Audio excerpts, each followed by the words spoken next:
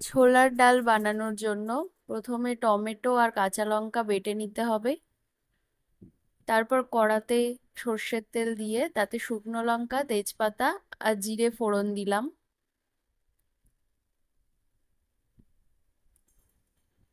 এরপর টমেটো আর কাঁচা লঙ্কাটা যে একসাথে বেটে রেখেছিলাম সেটা দিয়ে দিলাম। তারপর দিচ্ছি একটু আদা বাটা, হলুদ গুঁড়ো, লাল লঙ্কা গুঁড়ো, আর দিচ্ছি অল্প একটু চিনি আর স্বাদ মতো নুন।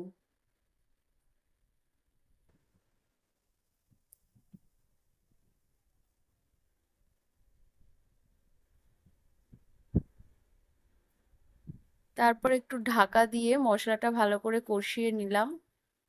কিছুক্ষণ পর ঢাকা খুলে দিয়ে দিলাম জিরে গুঁড়ো। জিরে গুঁড়ো দিয়ে আবারও ভালো করে মিশিয়ে নিলাম।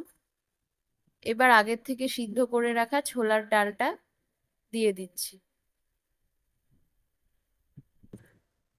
ডালটা দিয়ে কিছুক্ষণ নাড়াচাড়া করে মশলার সাথে ভালো করে মিশিয়ে নিয়ে তারপর দিয়ে দিলাম জল। জল দিয়ে ঢাকা দিয়ে কিছুক্ষণ রান্না করে নিতে হবে।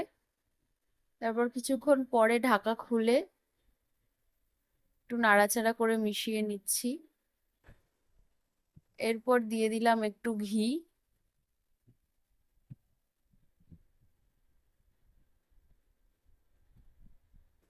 ব্যাস তৈরি হয়ে গেল আমাদের ছোলার ডাল।